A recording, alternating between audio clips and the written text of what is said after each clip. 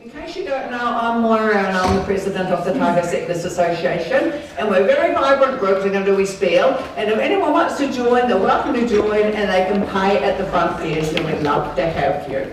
Now today's talk, which has got this great turnout, is Brian Miller, and he's going to talk Dunedin Gold and Exhibitions. And Brian's a well-known author and publisher, and I remember him from Toitū Books. Does anyone remember Toitū Books, that lovely band that went all around the place and had lovely scholastic books? That's how I always remember Brian, the Toitū Book Band. So we'll start now, and thank you very much for coming, and thank you to Brian.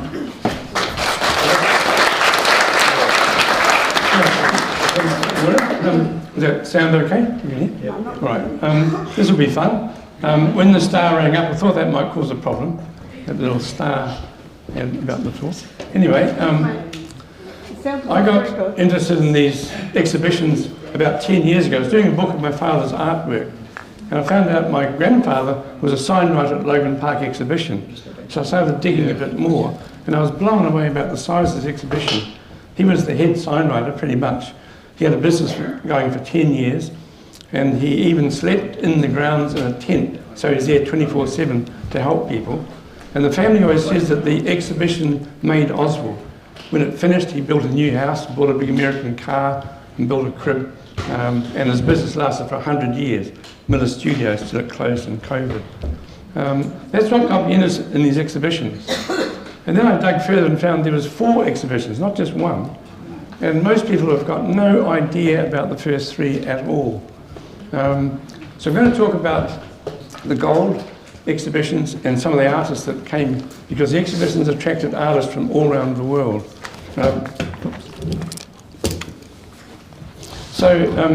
I quite like digging into things and trying to explain them. When my kids came home from school with homework questions, I'd always say, give me a piece of paper and a pencil. They'd say, no, just give us the answer. I realised I hadn't improved a few decades later.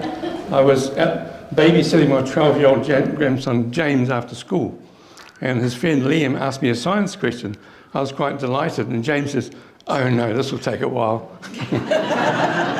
So I'm going to talk about gold. I'm going to give you a geology lesson for about 10 minutes, a bit more, and by the time I've finished, you'll know where gold comes from and why we're sitting on so much gold. And then we'll do the exhibitions. So here's a geology lesson. It started 250 years ago when they started digging the canals in England, and they found these layers of rocks, similar layers across the country.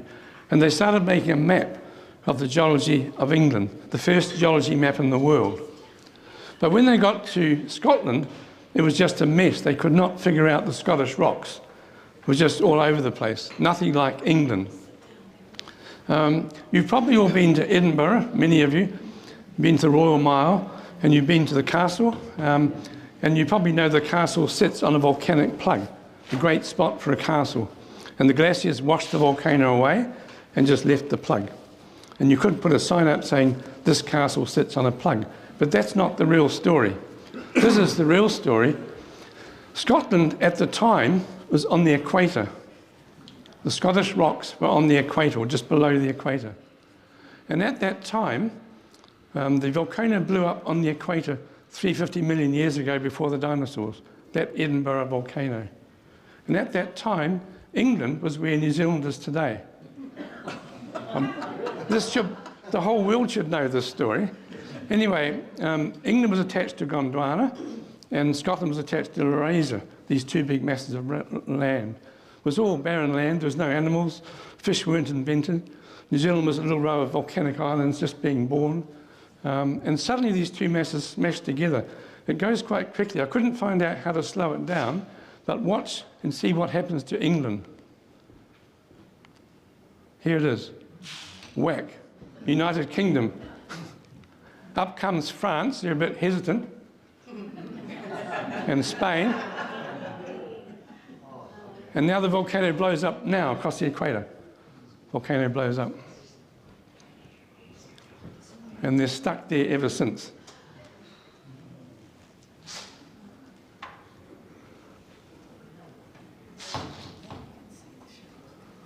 And there's the sea where the Middle East oil developed, and then it closed up. Here comes India flying up. And here's the Himalayas. So there's Geology 101. Here's my English friend's backyard, England's green and pleasant lands. Next minute, Scots smash into them, and it's been fighting ever since. Different people, different rocks. Can I just interrupt a moment? If anyone's finding it hard to hear, we've got it on video out there with the big screen, and it's much easier to hear out in the foyer if anyone's finding it difficult. Sorry, Brian. Right, that's okay. Yeah. You think of Wellington and Christchurch. Wellington, you have a house with a window. You don't need a garden. Christchurch, you've got a fence. You need some flowers. Different people, different rocks. The Celts grew up on rugged, rugged rocks. The Scottish rocks were like Central Otago, metamorphics and mountain rocks. Nothing like England. And where's the border between England and Scotland? It's on the Geology border between the two. The Romans had trouble with the Celts, so they sent the 9th Legion in to sort things out, 5,000 men, and the Celts sorted them out. So the Romans built Hadrian's Wall. Where did they build the wall? On the Geology boundary. This boundary defines two types of people. And being Roman, they built it very, very straight. I had to walk along there one day. And then comes the Battle of Culloden, when things change. The Scots normally beat the English. My mother's side is English, but my mother's born in Scotland, so I've got a slight bias. Anyway, the Battle of Culloden was where it all fell to bits. And the English banned the Scots from bagpipes, tartan for 40 years, and they chased them off their land, the Highland clearances, replaced them with sheep. So it became very murky for the Scots. They started immigrating around the world. The Free Presbyterian Church was set up, and they started looking for pieces of paradise around the world for the Scots to go to. Now, put your hand up if you know about Frederick Tuckett. Yeah, there's about a dozen hands. If it wasn't for Tuckett, we wouldn't be sitting here right now. He's the guy that selected Dunedin for the Scots, and he should be really, really well known. I read a book from 60 years ago, and they said then he's not well known enough. So Tuckett was a Quaker. He came out to help the Wakefield scheme in Nelson. He was working there during the Wairau massacre. Being a Quaker, he wouldn't bear arms, so he wasn't killed. He survived the whole skirmish. But he was so upset with the skullduggery going on, he decided to go back to England. But the Wakefield said to him, okay, we've got another job for you. If you can find a place for the Scots, you can stay and have this job. And Tuckett said, as long as I have complete choice on the selection of the place for the Scots. So they gave him a boat called the Deborah, and he left Nelson, and he came down to Port Cooper, Lyttelton. And they assumed he would pick Banks Peninsula, because that was the best harbour they knew. But he got to Port Cooper, the boat was becalmed, he rowed across to the land, he's a very impetuous guy.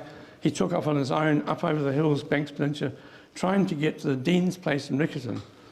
But he got totally lost in a swamp all night in the Heathcote River on his own. No matches, no fire, completely soaking. And what's more, he was stuck in an eel trap.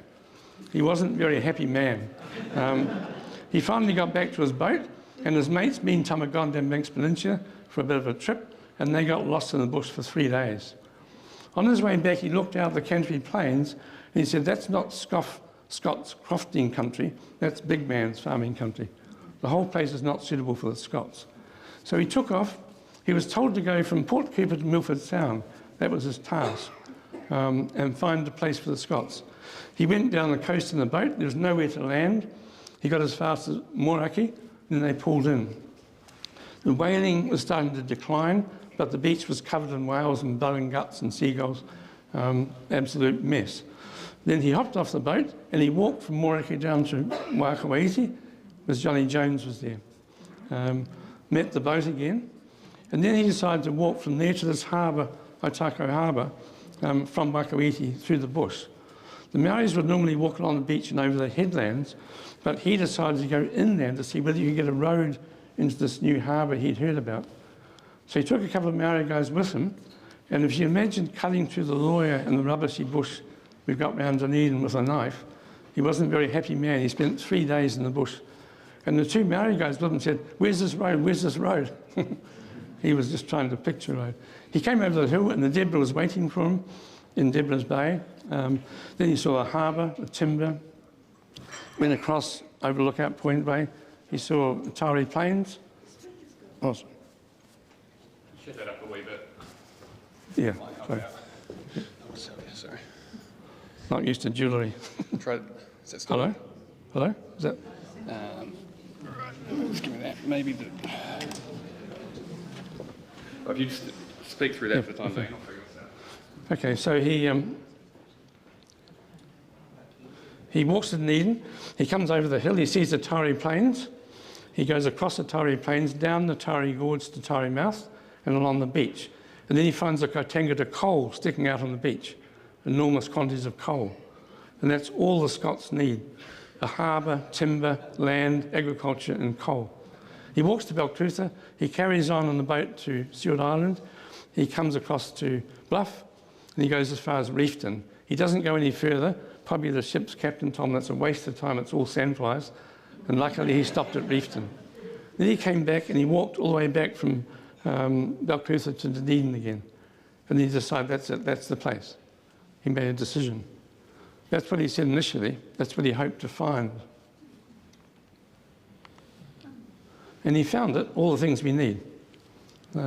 Within 4 days of getting back, he'd had a meeting with the local Maori, and within a month he'd signed the deed for the Otago block, from Taro Head to Nuggets.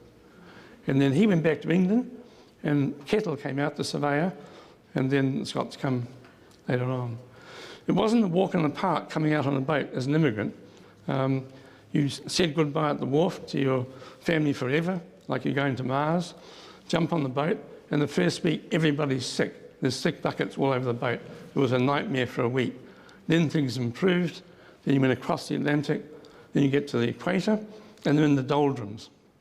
And the Scots are wallowing around on the deck trying to keep cool in the Scottish clothes. Meantime, the sailors are taking all the sails down and replacing them with storm sails. And the Scots wouldn't know what's going on.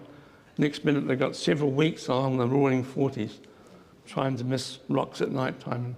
It was quite a voyage. So here's Dunedin, 1860, very peaceful. The Scots have arrived. They're setting up their little town. They'd heard about gold rushes. They didn't want a gold rush. They had heard about California, Bendigo. They'd heard about pubs and brothels. They just wanted a little peaceful Scottish settlement. But guess what? 1 year after that painting, the streets full of pubs and brothels. What Tuckett never knew was that he selected Dunedin, but he also selected Otago. Otago is defined by a lump of schist. That's what it is. And that sort of came with Dunedin, and it's full of gold. Alluvial gold, quartz veins gold, and shear zones. So where does gold come from? You need a massive collision in space to produce heavy metals. 2 neutron stars colliding, something like that, to produce heavy metals. And they had one event was recognised a few years ago, 2017, where they saw a fingerprint of gold come out of an explosion like that. So gold is formed in space, heavy metals, then gets blasted through space. Our world grew as accretion, as bits of planetary matter accumulate on the Earth, but the gold was all sucked into the core. You can't go gold panning in the core of the Earth. It's a bit difficult.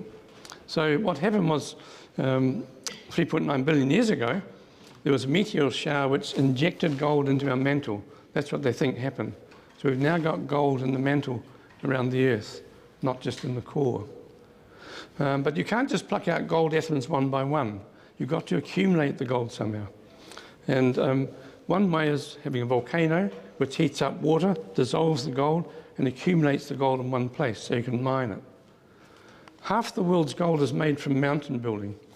New Zealand was formed on the edge of Gondwana, a little row of volcanic islands and sediments mixed together, and then mountain building developed on the edge of Gondwana. And there's a line of mountains from New Guinea right down to Antarctica, and that's full of gold. Not totally full, but it's got pockets of gold all along this mountain range. And that's where our gold came from. We were off Antarctica. Now, at the time, the South Island was at right angles to the gold belt. And so the South Island was cutting across the gold belt, and so the gold belt came through Otago. It did not come through Canterbury. It came through Otago. And later on, the South Island went down to its position today. That's why Otago's got the gold. We were lying across the gold belt. And here's the result. Otago full of gold, west coast, Coromandel volcanic gold, but the Brits who chased the Scots, or the English who chased the Scots off their land, sitting in the swamp in Christchurch, not one nugget. Imagine what they felt looking down the road when these Scots are digging up 142 tonnes of gold. So it's found in quartz veins, and the way it works is the sediments are buried very, very deep, extremely deep, 12k or so, and the water off the sediments heats up, superheats, and dissolves the gold. Then it rises to less pressure up into the schist. When it gets to 300 degrees, the quartz comes back out again with the gold into veins. And that's where we get our gold veins in the schist. Like that. So this is our schist in Central Otago with quartz gold veins coming from the sweating. So where's the gold now? There's the mountain range on the edge of Gondwana, full of gold, the schist being lifted up. And then it was weathered away as the New Zealand broke away. 23 million years opened up the Tasman Sea. It broke away. And they eroded right down. But gold is very, very heavy. And so the river runs into the ocean with all the sediments, but the gold doesn't. The gold's stuck in all the crevices for millions and millions of years, all over Central Otago. So the first ones that come along get the gold, but that took millions of years to accumulate in those little rivers. So the gold rush starts, and you know all about the gold rush, sluicing. Sometimes when the New Zealand separated, there was cracks opened up with big valleys, and the gold accumulated in these valleys, like Gabriel's Gully, St Bathans. And they had to invent machines, the Scots, to bring the gold up. So here we are, 10 years. We've got some 42 tonnes in the first 2 years. That's not bad going. And then 126 tonnes after 10 years. I worked out about 80 stadiums today, but with the current gold price, it's probably another 30 stadiums in the last few months. Then the gold ran out. The easy alluvial gold was hard to get, so they built a submarine. Must be in the bottom of the Clutha. They started digging into the Clutha. That was their plan. But they built the submarine, towed it into the harbour, sunk it, had a guys on board like the America's Cup, pumping the air, and a trapdoor to dig the gold out, but it wouldn't rise up again. They almost died, so the submarine died itself. You can see it in middle marks today. Then they invented gold dredges, and there was this massive surge of gold again, and then the gold dredges died off. All the gold today would fit into only 4 Olympic swimming pools. All the gold in history that's been dug up. That's how rare gold is. It was mostly used for jewellery initially. And today, that's what's happening today, 10 tonnes a year. Mostly Macraes and Waihi. And there's Macraes, big shear zone of gold. Now this is the ODT this morning. You probably all read that with your coffee. This is today's ODT. This is not all gold mines, this is prospecting. And you can't say we shouldn't prospect for gold. New Zealand's a clean, green country. We don't need that sort of crap. We're over that. We don't need gold. But half the gold is used for technology. If there's no gold, you couldn't do your emails, your computer, your iPhone, your hybrid car. They all use a lot of gold. It's essential. And so you've got to mine it carefully. I'm not Shane Jones, but you need to very carefully mine it and replace the land. That's what has to happen. And just in case you came in a hybrid car, they've got 210 kilograms of rare metals inside a hybrid car. 40 kilograms of nickel.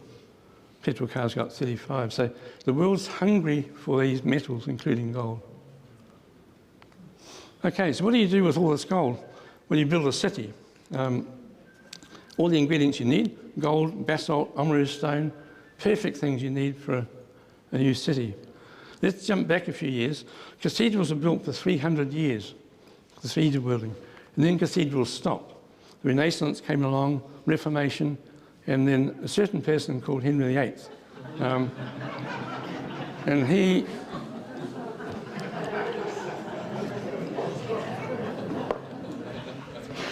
didn't get his own way, so he smashed the abbeys, he smashed the stained glass workshops, he destroyed all over the UK. There's a certain person now who's throwing toys out the cot at the two biggest countries that have rare metals, Canada and China, and is expecting to get electric cars. Anyway, we'll stop there. But then people started to say, what if we rebuilt these abbeys? What if we put a roof on top? And how do you make a stained glass windows?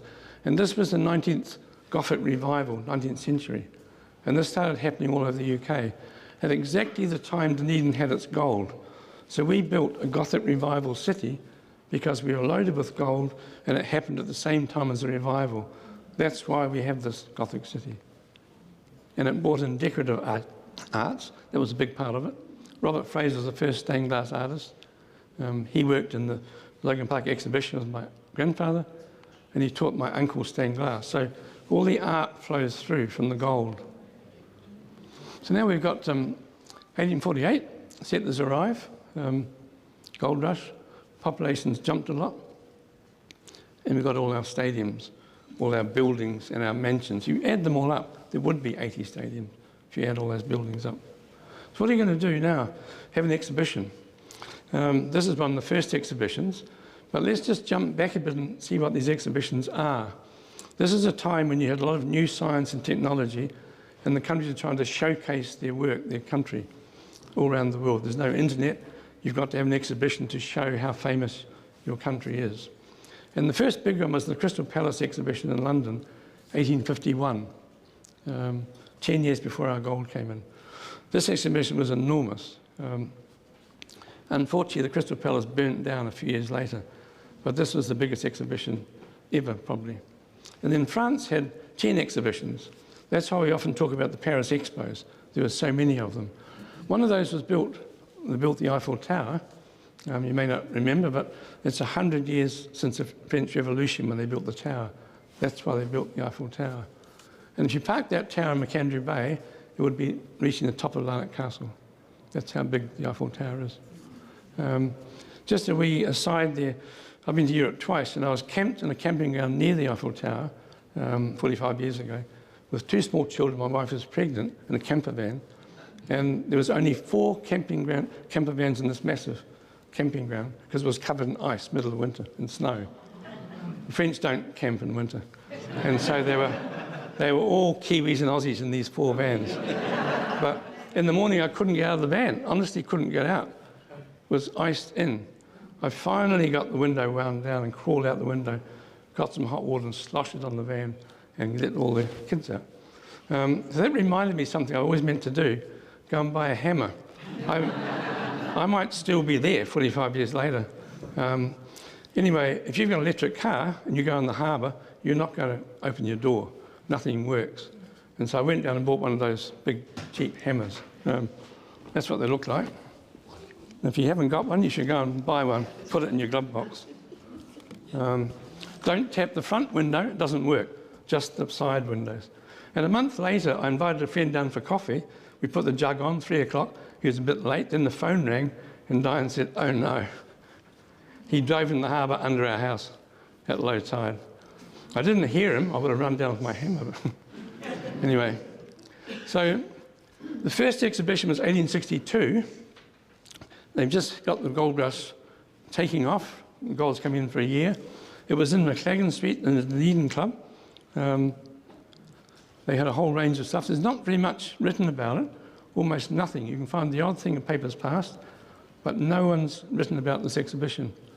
These are all the things they had in the newspaper article, all the things that immigrants would need to get their household going.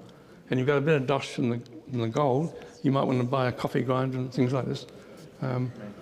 So it's an amazing mix of things they were showcasing in the first exhibition. Very practical stuff. But they still had artworks. All these exhibitions had art galleries. Right.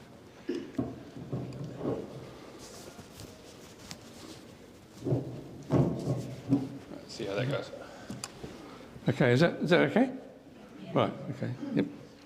Right, that's easier. So a wide range of things, and the exhibitions all had a mixture of science, industry, agriculture, and always art. The second exhibition was 65, and the alluvial gold is declining by now. It's starting to run out, the easy gold's going down. This is before the dredges. And so maybe this exhibition was to try and boost things, and the money was starting to go in a fraction, but they're still sitting on a pile of gold. So they built this building. This is 17 years after they arrived in the swamp. They built this enormous building and had 800 exhibitors from around the world in New Zealand, 30,000 people. And that became Dunedin Hospital, where the main entrance is today. Another big art exhibition, the first big exhibition, ran for 5 months. They had to close at night time. There wasn't enough gas pressure to make the lights work in Dunedin at night time. And it was advertised around the world. The London Illustrated News. So here's little old Dunedin, the bottom of the world, was a world-class exhibition, 1865. It built the museum. In the third exhibition, this is the interesting one.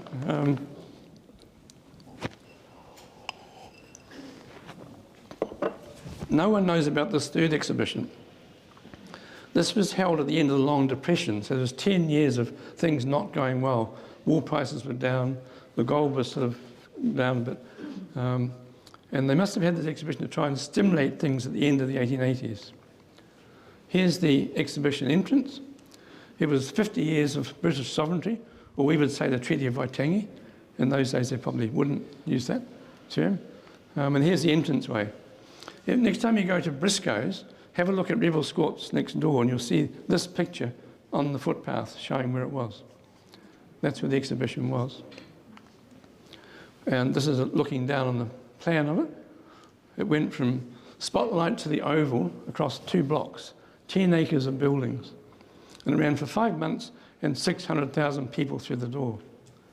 New Zealand's got 600,000 in the country. People would go several times.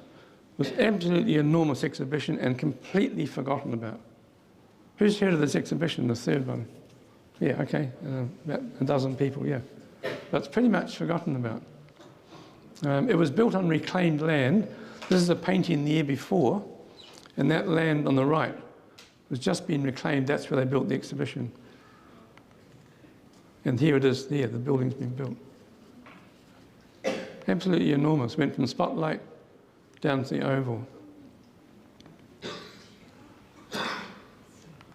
10 acres of buildings. And again, it was advertised in London Illustrated News and all around the world. This was a massive exhibition. Choirs, organs, artworks. They brought about 300 artworks from England for the exhibition. When I was a wee kid, I remember going to Logan Park exhibition, or Logan Park Art Gallery, and wondering as a wee kid why there's all these big British, English, European artworks on the wall. They came from this exhibition. After they finished, they bought the 300 and kept them here, and that became our art gallery. Between the art gallery and the art society, it's a long story. Anyway, a massive art exhibition. And Dunedin people would go through the gate many times. They wouldn't just go once. You couldn't do 10 acres of buildings in one day, so they'd go many times. Selling organs. The catalogue's this thick. It's in the Hocken. There's the catalogue of the exhibits. 1889. The choir, 150 sopranos, as you do. The whole scale of it is just beyond belief. Basses, tenors. And when you look at the paper's past results, they just couldn't work fast enough to get this exhibition. They say the painters were running out of paint brushes, they couldn't tailor enough clothing. 600,000 people through the gate, 1889, little old Dunedin. And the whole country is run, the headquarters were in Dunedin, with the gold. Every company had its base in Dunedin. So they had really astute businessmen that ran this whole show. And then the big one, the fourth exhibition. That's 100 years ago this year. That's why I've been doing these talks, to stimulate people's awareness of these exhibitions. Somebody needs to write a little book about these exhibitions. It's not going to be me. I've got enough going on. The grandkids will kill me, but there must be a history student who wants a master's project to dig up these exhibitions and put them into a little booklet. That's what's really, really needed. So the first one was the gold rush, the gold declining, the second exhibition. The third one was the end of the Long Depression. The fourth one, Dunedin was a bit hacked off. They were now the fourth largest city in New Zealand. They weren't very pleased with that. So they wanted to make a statement. We're still here. Let's have another exhibition. And they got stuck in as a showcase. If you look at the ODT, in that 100 years past part on the editorial page, you'll see things coming up all the time now about the Logan Park exhibition, because we're in the middle of preparations for it. And I've found several things in that column now, it's worth reading, about the exhibition. Here was a cartoon about the job they've got to do to create this exhibition in a year and a half. This guy is Ross. Some of you might know Helen Thu, Russell and Helen Thu. Helen Thu's grandfather was this guy here. He ran the exhibition. My grandfather did the sign writing. They both required. But here's the cartoon about can we do it? And they did it. They built this beautiful building in the centre. Amazing. They built a road from the station to Logan Park called Anzac Avenue, because most people would come by train. If you talk to your relations, they came from all around the South Island and overseas, Melbourne, Australia, everywhere. Here's a souvenir opening. And here's the size of it. Opened for 6 months and 3.2 million people through the gates, when we had 1.2 in the country. Nothing to this day is as large as that exhibition. In the last 100 years, nothing comes near it. Forget the Rugby World Cup. This is looking down at the plan. Dozens and dozens of galleries from all around the world, all the countries. This was Paris Expo stuff. 65 acres of land and buildings. They just drained Logan Park, Lake Logan. They just decided to drain it and create the buildings. It's called the New Zealand South Seas International Exhibition. It's a colourised version. And here's the remains of the lake around the side. So the idea came up in February 23. They spent 14 months planning. They spent 1 year building 10 acres of buildings, and then 4 months to fill them up from parks from all around the world. And I'll bet there wasn't one cone in sight. We could not do that today, 100 years later. There'd be so many committees in health and safety and planning and resource consents. You couldn't do it. They just did it in a year and a half. Built the biggest thing ever in New Zealand for 6 months. Look at the size of it. They built a hall that seated 2,500 people, the same as our town hall today seats, just for 6 months. They built an art gallery made of brick. That was the only permanent building. And after the exhibition, the Sargood family bought it and donated that to the city. Big roller dipper. And if you think about it, when there's an Ed Sheeran concert in town, there's 20,000 people in Dunedin for 3 days. That's a big deal. They had over 22,000 people a day, every day, 7 days a week for 6 months. How the hell did they do it? How did they accommodate them, move them? No cars, just trams. How did they move that number of people every day? It's just beyond our imagination. And we think we're the new generation. Here's a few pictures from the catalogue showcasing the exhibition. It was massive. All our grandparents talked about it. Dozens of galleries. They also showcased the buildings. Here's your 80 stadiums. They were telling the world that we've just built all these buildings in Dunedin in a short time from the gold. Look at the size of the town hall compared to the rest of the place. When they went up, they must have looked ginormous. And they did build 80 stadiums, if you add them all up around town, and the mansions. Had a choir, 400 well-selected voices. They had bands, they had stuff going all the time. This is the most popular part where they went inside the big mouth into the music centre. They all talked about the roller coaster, the Dipper. This is my grandmother's season ticket, so because my grandfather was a signwriter, he would have got a bit of a deal somewhere, and she had a season ticket. They lived a few blocks away, and she could go probably as many times as she liked. So people rotated around these opening ceremony. So that's November the 17th this year is the centenary of the opening. Last November, my auntie turned 100, first one in our family to clock 100, and she was 1 year old when it opened. She remembers being told that. So something's got to happen between now and November to showcase this event, the scale of it. You might have, if you go back home and look up those boxes on the top of your wardrobe from your grandmother, you might find some stuff from the exhibition. Diane's family had a couple of pieces here from the exhibition, and they've got the exhibition engraved on them. And so when you went there, you have to take something away to remember. And I'll guarantee there's something in your house from that exhibition if you go looking. Somebody gave me a glass the other day, and it's got engraved on it, "To Dad from Dominic." It's hard to read, but it's engraved from, and the exhibition is in there in the engraving as well. And he died in World War II, so that's just a wee record of an exhibition and a man. Whoops, sorry. Right. And then it comes down. 6 months and they pull it down, drop the big dome and demolish the whole thing.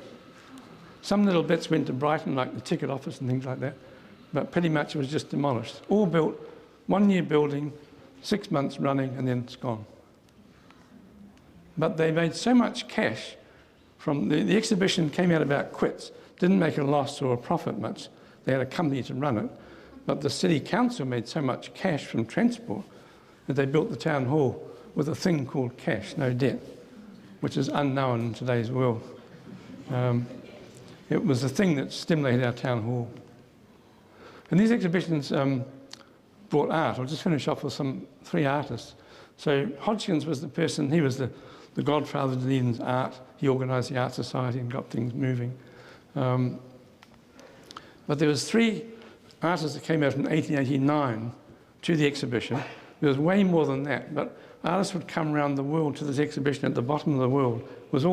Several of them, they're all heard about. And they'd come out and they'd showcase their work, then they'd often stay and teach painting. And that's what developed our art culture in a big way. This flow of artists from around the world coming to our exhibitions and then staying. So the first one, Petrus van der Velden, he did the big Terra Gorge one you know about, a Dutch painter. He did beautiful stuff. And he then stayed on and painted and taught painting. And then Nien came out, he did the same thing, showcased his work, and he stayed and taught painting. And Nearly, an Italian guy, he also stayed and taught painting. He went back to Sydney and back and forwards a few times, but he taught, amongst others, Frances Hodgkins, Grace John and O'Keeffe. Frances Hodgkins said, this is 1889 we're talking about, she said she went to the exhibition many times and that stimulated her into art. You imagine 1,000 works of art in 1889 in one exhibition, middle of nowhere. So that got things going. Here's Nearly's work, beautiful stuff.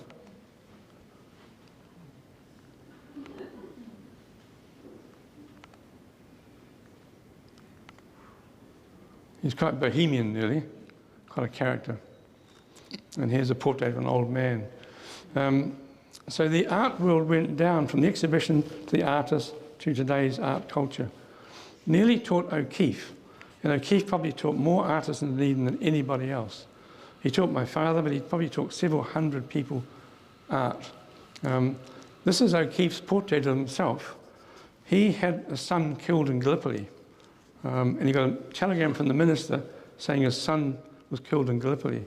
When I was doing the stained glass book, this person told me about his father, who was in an art class with O'Keeffe one day up in Tennyson Street, and O'Keeffe got a telegram during the art class. He opened it up, he assumed they made a mistake because he'd already got the telegram about his son. No, this was a second telegram. His second son had been killed in Gallipoli within 2 weeks. And then his daughter died. And he painted this painting, this most emotional painting, Minister's Telegram. Just imagine, it makes your spine tingle. You think what they went through. But look at the similarities to Newley's painting. I'm not an artist, but there's a fair similarity going on there. So Newley's teaching O'Keeffe, and O'Keeffe is teaching lots and lots of other people. Here's O'Keeffe here. He had a studio in the Exchange building for years, teaching art. And Frances Hodgson, she went to the exhibition many times, learnt off Newley. That's one of her early works. I prefer her early works, whatever. And Grace Joel, she learnt off Newley. And here's one of her works. So, we've got 4 exhibitions. Hopefully now you know something about the 4 exhibitions, something about the timing, the type of exhibition, the size, the scale, what triggered it, and so on. Then what? I've got 4 slides left. We're just about on time. This is what happened. The Roaring Forties brought the immigrants around the bottom of the world. Many of them died off Victoria, coming around South Australia. It was a horror show. But the Melbourne gold lasted for a long time. Our gold ran out after a short time. Then there was the gold rush. But the Melbourne gold just kept going forever. So Melbourne grew bigger and bigger and bigger. Dunedin was built the same sort of scale as Melbourne in the centre, but then we stopped growing, fortunately, we think. It's not all about growth. But Melbourne just kept growing because its gold rush never stopped. But people went in between Melbourne and Dunedin quite a lot, sailing ships. When the Miller family were in tough times at one stage, they went across to Melbourne for a few years. That's where my grandfather was born. Then they came back to Dunedin again. So this traffic between the two was really quite important. But then that changed because they opened up the Panama Canal and invented a thing called steamships. And so now the boats would come down through the Panama Canal to the top of New Zealand, not the bottom. So we were no longer the most important part because the ships would come to the top. And the population drifted north where they think it's sunnier, but it's also wetter. We don't mind living in Dunedin's microclimates. But the whole thing changed with steamships, Panama Canal. And so Dunedin was left. People say that Auckland's built on Otago's gold. It's probably true. But we're left with all these buildings and the culture in the city.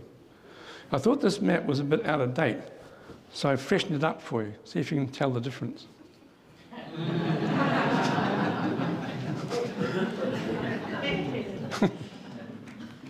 So this is the end. Here we are today. We've got this beautiful city built around a volcano, discovered by, well, it wasn't discovered by Tuckett. The Maori were here for 500 years. The sealers and whalers were here for decades. Tuckett just made the decision. That's all he did. But we're left with this beautiful city with a rich culture, rich buildings, all came from the gold. So thanks a lot. Yeah.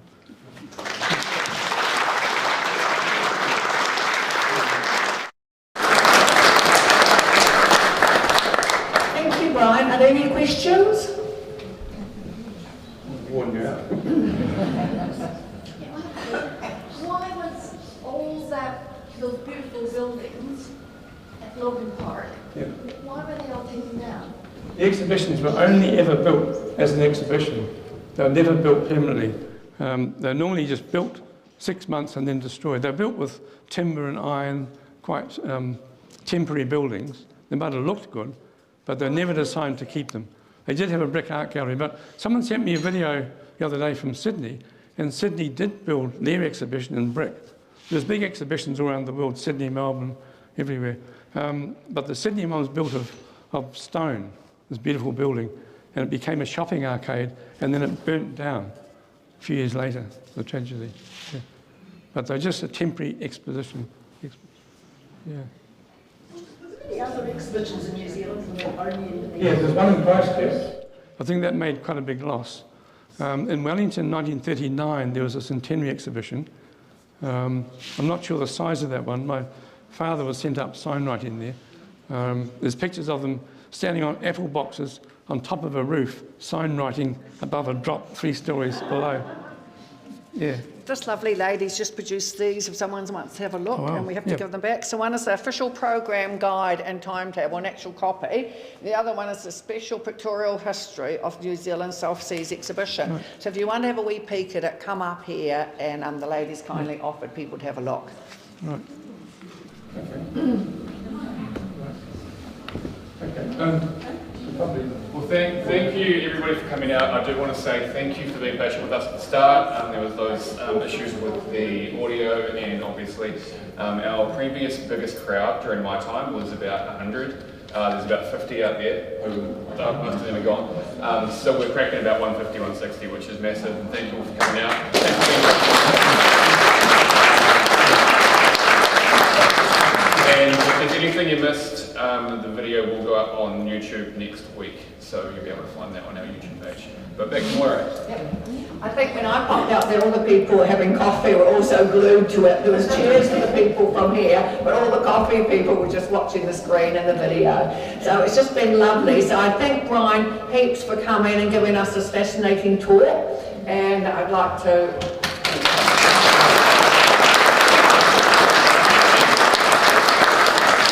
just one other publicity for the Settlers Association. If anyone now is really feeling they'd like to go on the summer outing and see McRae's mine on the way home, you can book through the front desk. They're taking bookings. But thank you all for coming, and we have these talks the second Tuesday of every month. And I can't tell you what the next one is yet, can we? Next month is the history of the Midwinter Carnival. History of who? Midwinter Carnival. Oh, good. So look out for them, and we have 10 a year. We don't obviously have them in December because Pixie Down's in here, and we don't have them in January. But thank you very much for coming.